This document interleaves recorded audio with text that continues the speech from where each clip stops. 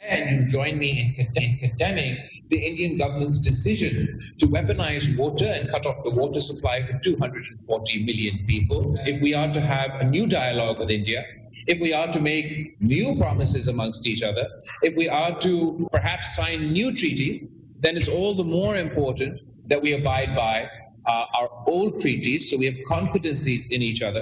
I don't think that this is a position that the Indian government is going to be able to sustain for very long. It is not the moral high ground, it is the lowest of the low ground to try and maintain this position that you're going to cut off Pakistan's water. Pakistan میں بھارت دہشت گرد کارروائیوں میں ملوث ہے۔ بھارتی نیول officer Kulbhushan Yadav کو بلوچستان سے گرفتار کیا تھا۔ بلاول بھٹو نے کہا کہ بھارت نے اب تک نہیں بتایا کہ دہشت گرد کون تھے۔ بھارت نے نہ صرف تنازع کے دوران ڈس انفارمیشن پھیلائی بلکہ وہ اب بھی اپنے سفارتی وفد کے ذریعے یہ جاری رکھے ہوئے ہے۔ انہوں نے پہلگام میں دہشت گردی کے حملے پر اپنے عوام اور عالمی برادری کے ساتھ جھوٹ بولا۔ وہ اب تک اس بات کا اعتراف نہیں کر رہے کہ اس تنازع میں انہوں نے کتنے طیاروں کو کھویا۔ بلاول بھٹو نے کہا کہ بھارت کے 20 طیارے نشانے پر تھے مگر پاکستان نے تحمل کا مظاہرہ کیا۔ کشیدگی کے دوران پاکستان کا کوئی طیارہ نہیں گرا۔ Time and time again about India's support for terrorist organizations, particularly in Balochistan. Kulbhushan Yadav, Indian Army officer, was arrested from Balochistan. India employed disinformation. They continue to employ disinformation as part of their delegations. Who the terrorists were, they have not been honest or forthcoming about the damages they sustained during this conflict. They still to this day refuse to admit how many airplanes they lost. We did not lose a single jet. We took down 6 Indian planes, but we had 20 Indian planes in our lot. Deputy وزیر اعظم اسحاق ڈار کا عید الاضحیٰ کے دن مسلم ممالک کے 5 وزرائے خارجہ سے ٹیلی فونک رابطہ ہوا۔ اسحاق ڈار نے ترکی، ایران، آذربائیجان، ملیشیا اور UAE کے وزرائے خارجہ کو عید الاضحیٰ کی مبارکباد دی۔ امت مسلمہ کے اتحاد، فلسطین کے امن اور باہمی تعاون پر زور دیا۔ عید الاضحیٰ کے موقع پر وزیر خارجہ اسحاق ڈار اور ترکی کے وزیر خارجہ حقان فیدان کے درمیان ٹیلی فونک رابطہ ہوا۔ دونوں رہنماؤں نے ایک دوسرے کو عید کی مبارکباد دی اور فلسطینی عوام اور امت مسلمہ کی سلامتی کے لیے مشترکہ دعا کی۔ پاکستان اور آذربائیجان کے وزرائے خارجہ کے درمیان بھی ٹیلی فونک گفتگو ہوئی۔ دونوں وزرائے خارجہ نے عید کی مبارکباد کا تبادلہ کیا اور دو طرفہ تعلقات پر اطمینان کا اظہار کیا۔ اس کے ساتھ ساتھ دو طرفہ اور کثیر الملکی تعاون بڑھانے پر اتفاق کیا گیا۔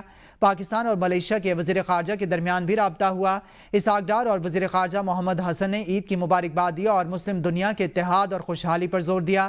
وزیر خارجہ اسحاق ڈار اور ایران کے وزیر خارجہ سید عباس عراقچی کے درمیان بھی ٹیلی فونک رابطہ ہوا۔ دونوں رہنماؤں نے عید کی مبارکباد دی اور فلسطینی عوام کی فلاح و بہبود کے لیے دعا کی۔ پاکستان اور UAE کے وزیر خارجہ اسحاق ڈار اور شیخ عبداللہ بن زید کے درمیان ٹیلی فونک رابطہ ہوا۔ دونوں رہنماؤں نے عید کی مبارکباد دی اور مسلم امہ کی فلاح اور عالمی امن کے لیے بھی دعا کی۔ عید قرباں پر جہاں لوگ جانور قربان کرتے ہیں وہیں بعض قربانیاں ایسی ہوتی ہیں جو ہمیشہ یاد رہ جاتی ہیں۔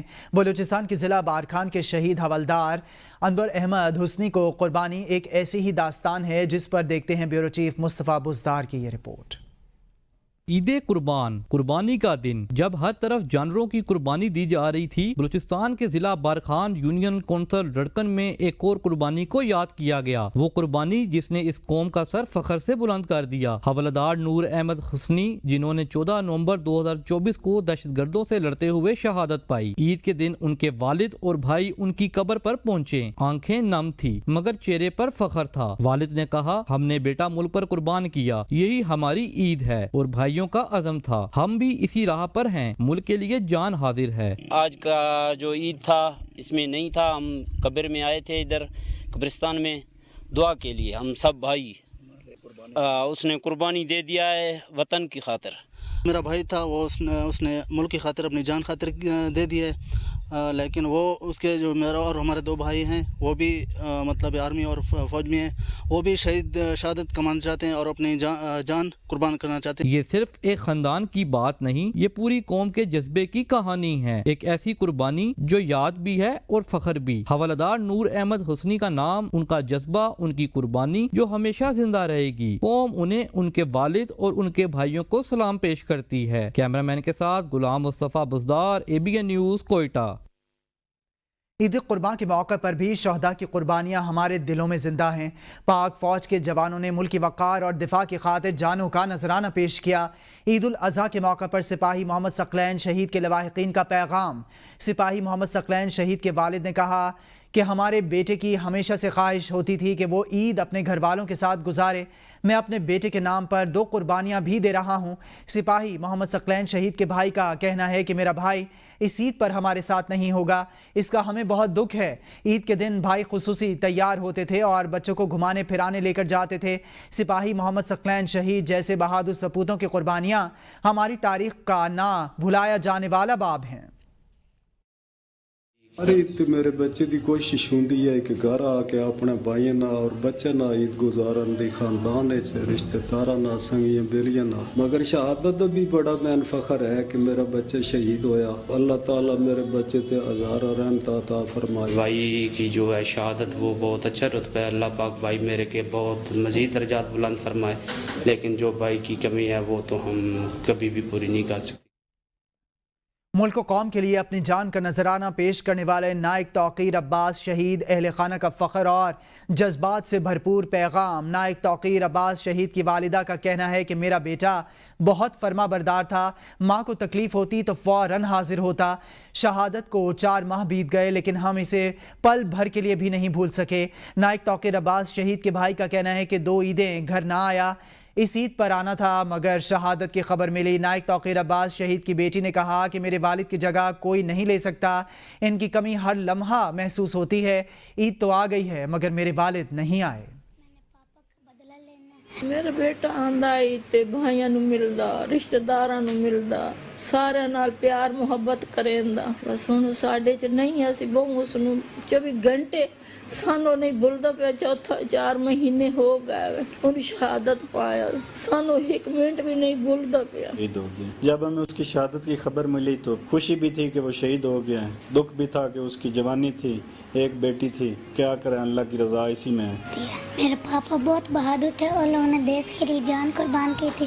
میں نے بھی بڑے ہو کے پاپا کی سائڈ لینی ہے، میں نے فوجی بننا ہے، میں نے پاپا کا بدلہ لینا ہے۔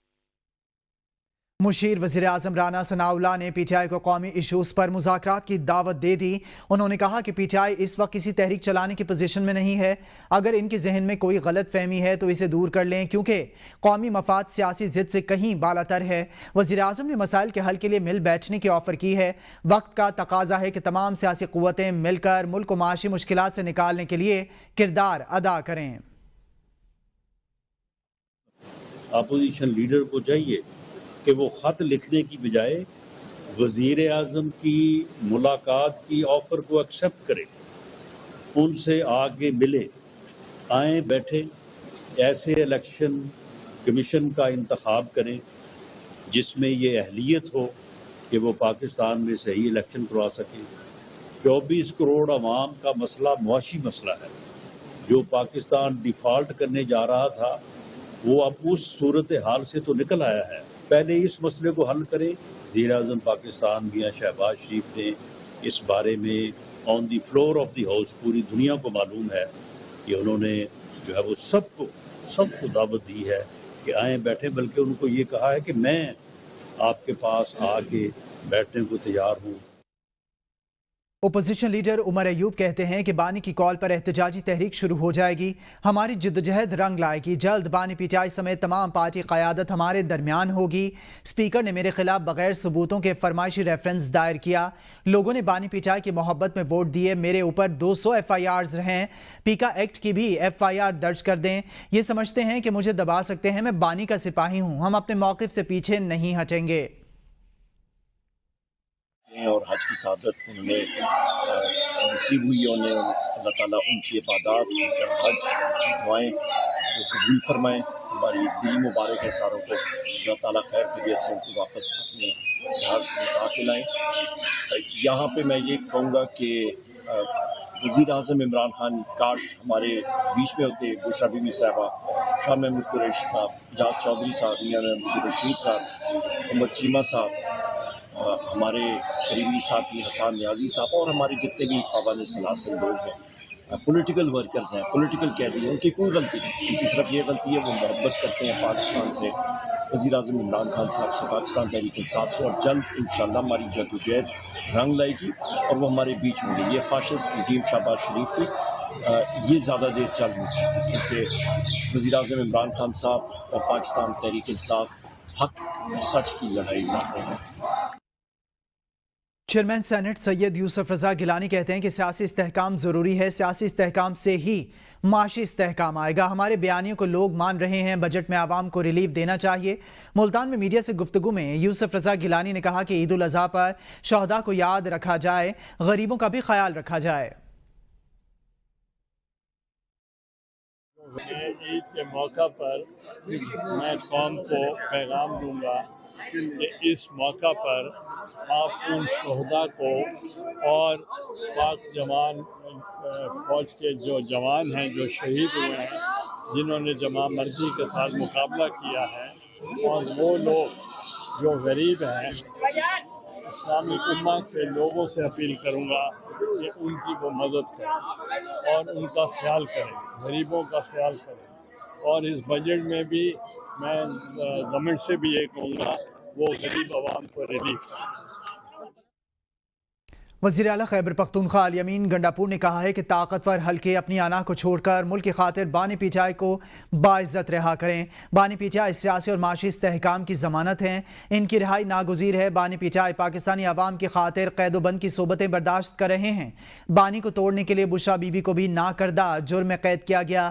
بانی پی ٹی آئی کارکنان ہمارے خاندان کا حصہ ہیں، ہم عید ان کے ساتھ گزاریں گے۔ اہل اسلام ہے ان سب کو عید مبارک، بالخصوص جو پاکستان میں رہنے والے لوگ ہیں ان کو میری طرف سے عید مبارک، اپنے لیڈر عمران خان کی طرف سے عید مبارک، اور پوری قوم کی طرف سے عمران خان کو ہمارے لیے قربانی دے کے وہ جیل میں ہے تو ان کو عید مبارک۔ عید کے موقع پر اپنے عید کے لوگوں کو یاد رکھیں، غریب لوگوں کو یاد رکھیں، کسی اور کی عید کی خوشیوں میں اگر آپ شریک ہوں گے تو اللہ تعالیٰ کو ذرا اجر دے گا۔ اسی طرح صفائی کا خاص خیال رکھیں، صفائی نصف ایمان ہے، ہماری پوری کوشش ہے کہ ہم بھرپور صفائی کے انتظامات کریں، لیکن صفائی نصف ایمان ہے، آپ خود بھی جب تک صفائی کا خیال نہیں رکھیں گے تب تک صفائی ممکن نہیں ہوگی۔ اور سب کو بہت عید مبارک۔ سندھ کے سینئر وزیر شرجیل انعام میمن نے کہا ہے کہ انتشار کے بل پر کوئی چیز نہیں منوائی جا سکتی۔ بانی پی ٹی آئی اپنی ہی ریاست کے خلاف بیانیے کو تبدیل کریں۔ پوری دنیا میں جھگڑے اور بندوق کے زور پر کوئی اپنی بات نہیں منوا سکتا۔ ہم آپس میں دشمن نہیں، ایک قوم ہیں۔ حیدرآباد میں میڈیا سے گفتگو میں انہوں نے کہا کہ سندھ کے ہر حصے کے لیے اسکیمز لے کر آ رہے ہیں۔ ایم کیو ایم سیاست کے ساتھ اگر شعلہ بیانی نہیں کرے گی تو لوگ کیسے پوچھیں گے؟ میں تو کہتا ہوں کہ P T I should behave now.